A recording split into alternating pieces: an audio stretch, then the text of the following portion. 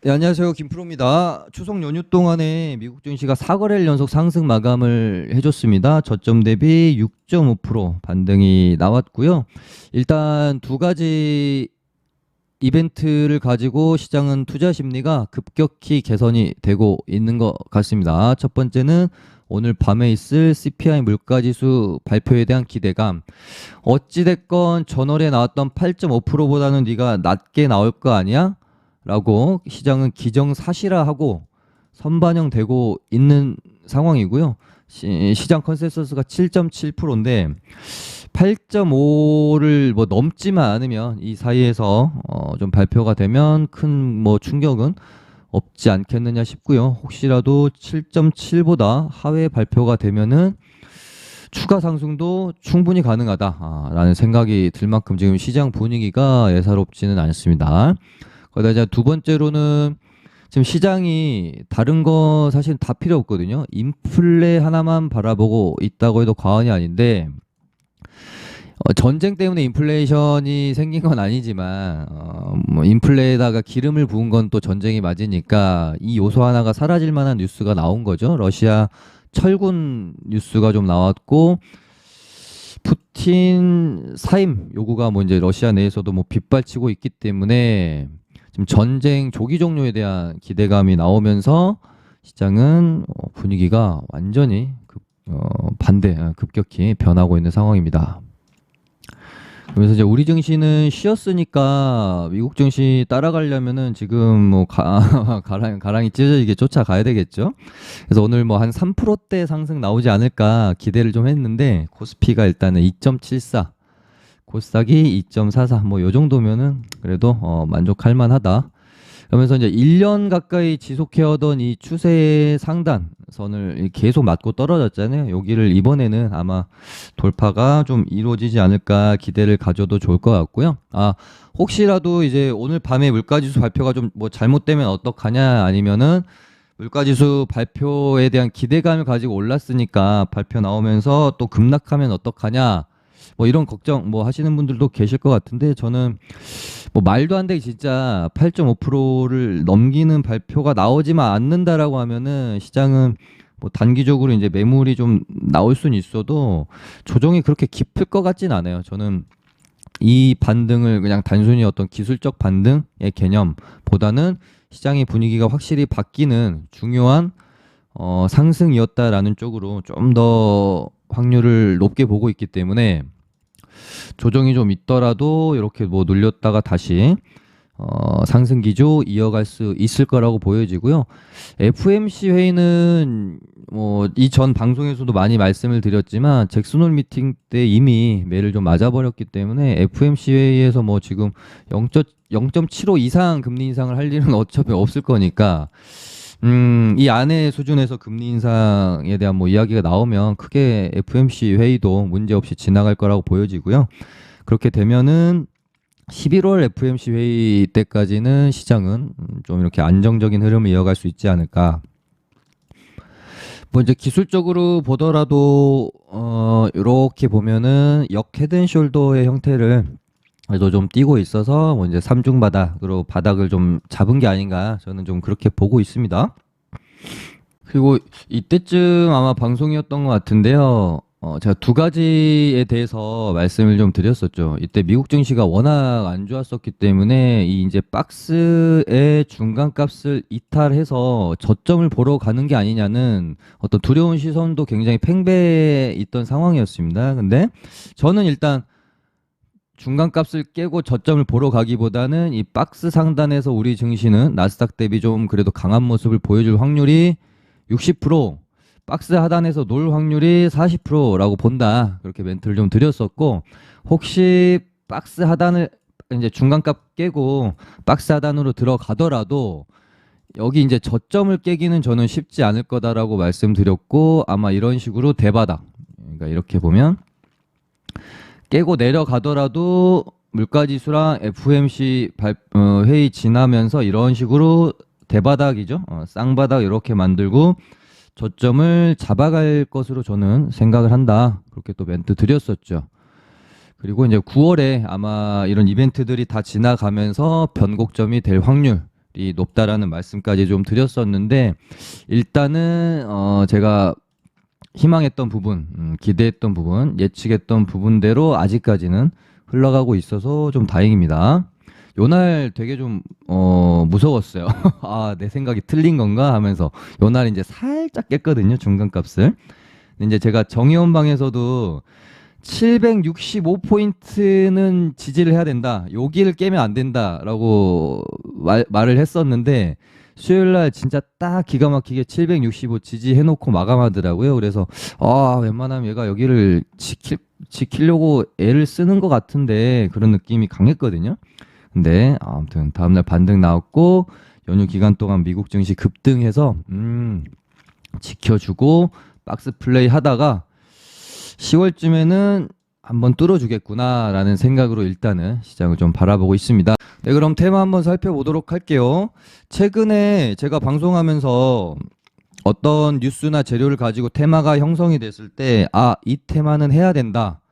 혹은 뭐 이제 단발성으로 죽기보다는 시세가 더 크게 나올 수 있다라고 언급을 드렸던 게 최근에는 딱 두 테마 정도 제가 기억이 나거든요. 하나는 애플페이 처음으로 딱 이제 시세가 났던 날이었고 두 번째가 포르쉐 IPO 테마였는데 지금 한번 일단 보시면 어찌됐건 제가 어떤 뭐 상한가가 나오거나 기준봉이 출현하거나 했을 때 그 종목에 대한 재료나 뉴스를 보고 요거는 시장에서 주도 테마가 한번 될 것 같습니다 라고 언급을 드린 테마 중에 안 된 애들이 사실은 그렇게 많지는 않은 것 같거든요. 그래서 얘네들도 처음 나왔을 때 제가 애플페이 막 사실 묵은 뉴스 뜨고 했지만 저는 아니라고 본다. 이게 사실 묵은이기가 좀 힘들다. 그냥 말만 이제 사실 묵은이라고 하는 거지 물밑에서는 아마 작업이 진행이 되고 있을 거라고 저는 생각을 한다. 이런 멘트도 좀 드렸었고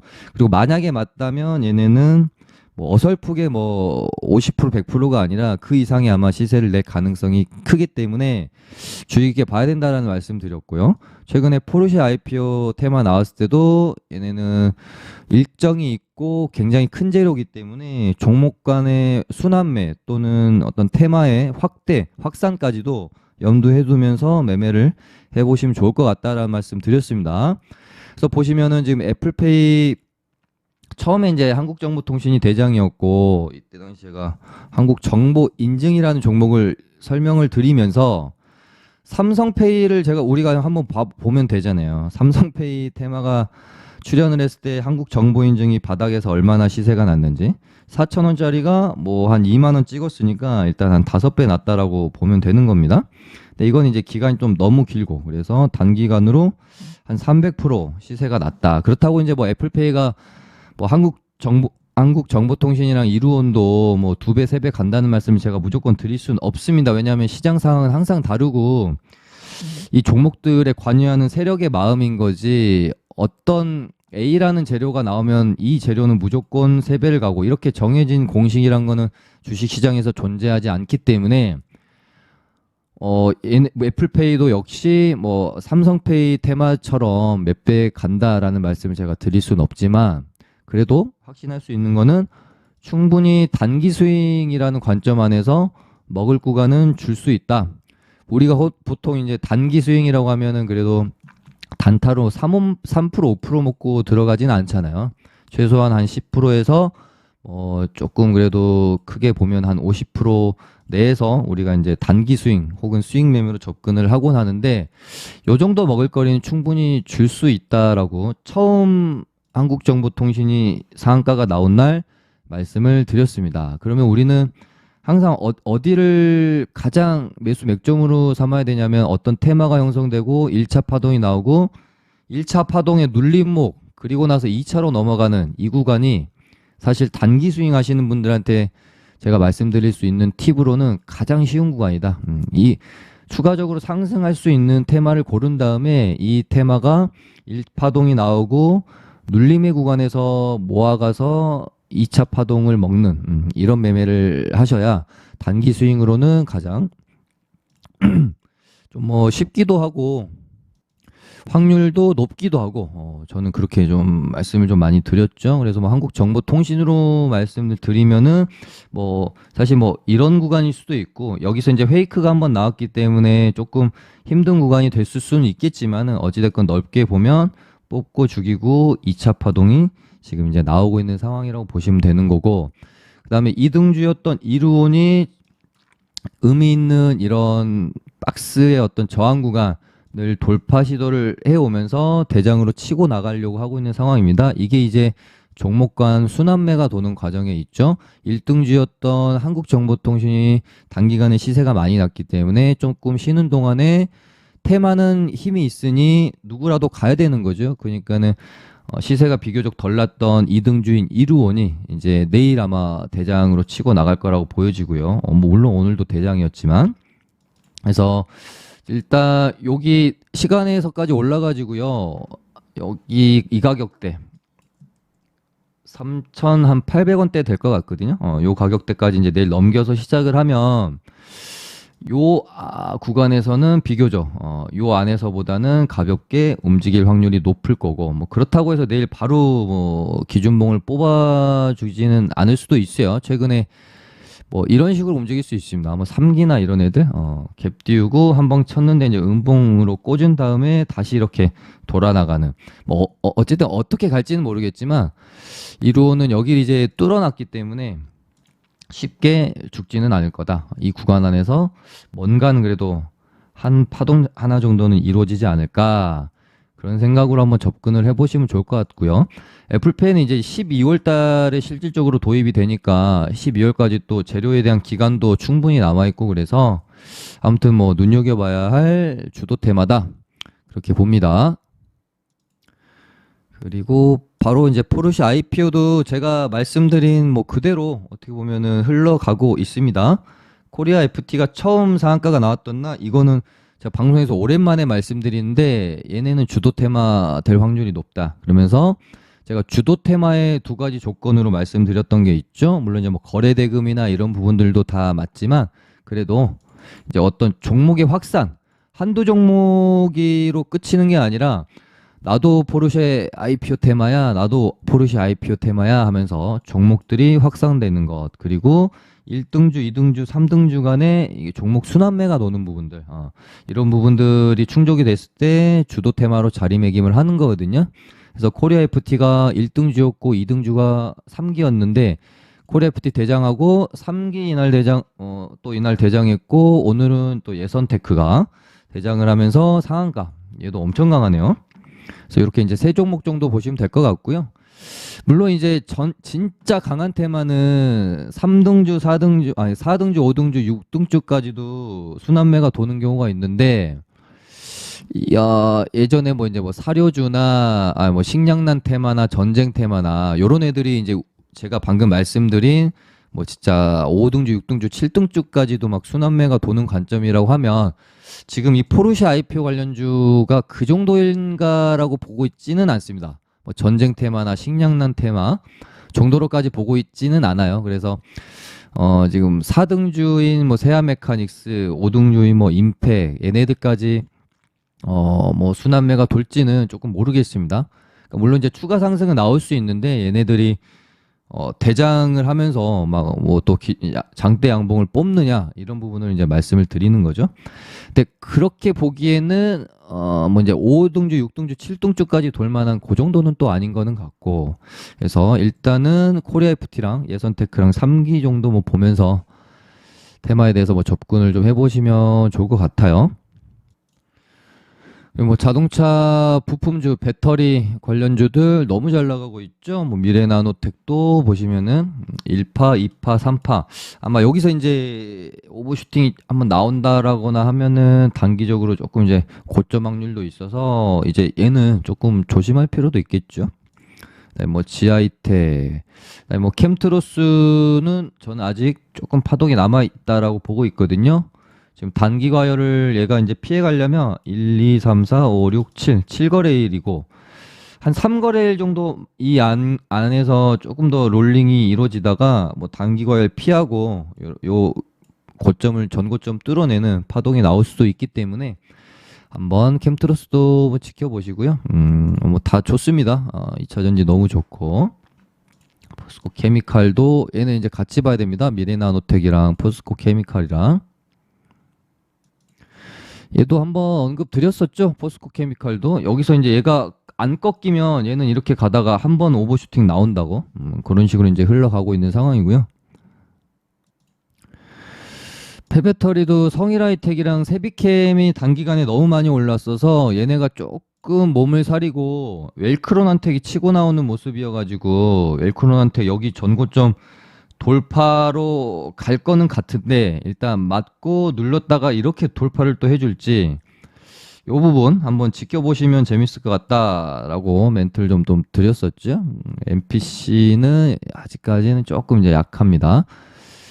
웰크론한테 한번 돌고 MPC까지 딱 돌면은 폐배터리도 전 종목이 다 돌아주는 건데 MPC는 한 9,500원이나 요 정도까지 올라오는 모습이 좀 확인이 돼야 얘도 한번 움직이려고 만들어 가는구나 라고 생각을 좀 해볼 수 있을 것 같고요. 그 다음에 오늘 로봇주들도 좋았어요.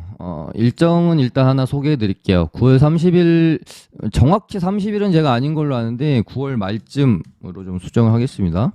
9월 말쯤에 테슬라 휴머노이드 로봇 옵티머스 공개가 있거든요. 요거는 재료가 충분히 될 수 있죠. 그래서 기간도 딱 적당히 남아있고 로봇주들 이거 움직이기 좋겠는데 라는 생각 들었습니다.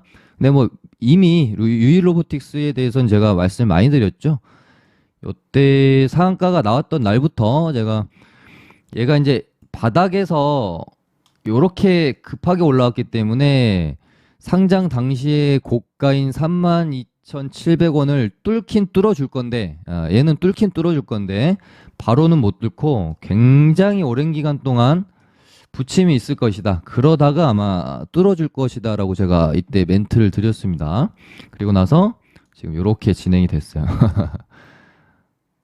야, 이거 버티기 좀 힘들 수도 있었을 것 같아. 그러니까 한 번, 두 번, 세 번, 그 다음에 네 번, 거의 이제 5번 만에 뚫는 거거든요. 1, 2, 3, 4, 5. 야, 이때는 뚫었다라고 생각하셨을 수도 있겠죠. 근데 또 떨군 다음에 결국은 장 좋은 날 타이밍 딱 맞춰가지고 오늘 뚫어주는 모습. 이렇게 되면 이제 얘는 아마 여기서 이렇게 놀 확률이 클 겁니다.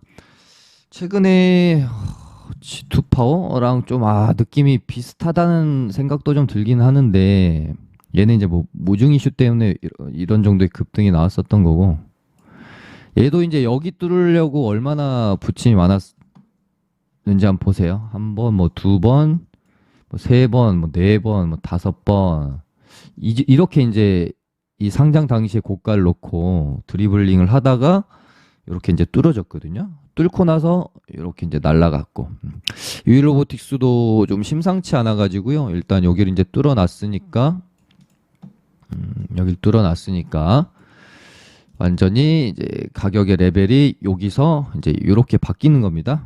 그래서 얘도 집중해서 좀 지켜봐야 될 것 같다. 그다음에 뭐 레인보우 로보틱스도 좋았고요.